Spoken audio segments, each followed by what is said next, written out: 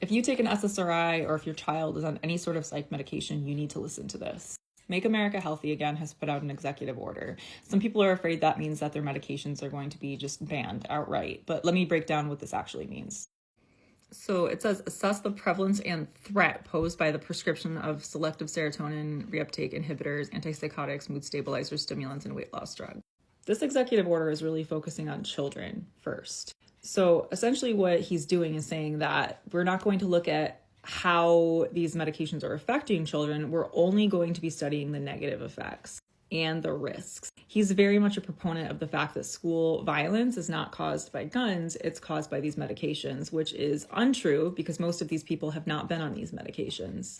And in my years of doing child psychiatry, I will tell you that the only times I've ever seen homicidal ideation come from SSRIs is when, there was an underlying bipolar disorder. We put in the medication, they became some sort of psychotic, suicidal, or homicidal. In many cases, this is coming from trauma, some sort of like a systemic abuse, poverty, things like that, bullying. Antipsychotics can actually be life-saving for people who have homicidal ideation to prevent violence. But again, the only research they're looking at this is not looking at the overall effect. It's only looking at the negative effect. Therefore, we're going to be looking at a lot of propaganda coming out by the government saying that, hey, this is the cause of violence. This is the cause of the problem. They'll then have parents who are reluctant to put their kids on medication because there's going to be mass propaganda coming out after 100 days. And after 100 days, they're looking at putting forward a plan. We've heard a lot about wellness farms.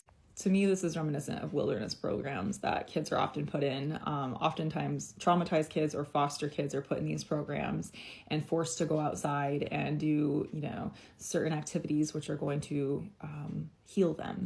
They don't get healed. They become further traumatized, and oftentimes there's very few regulations in these programs, and they end up abused within these programs.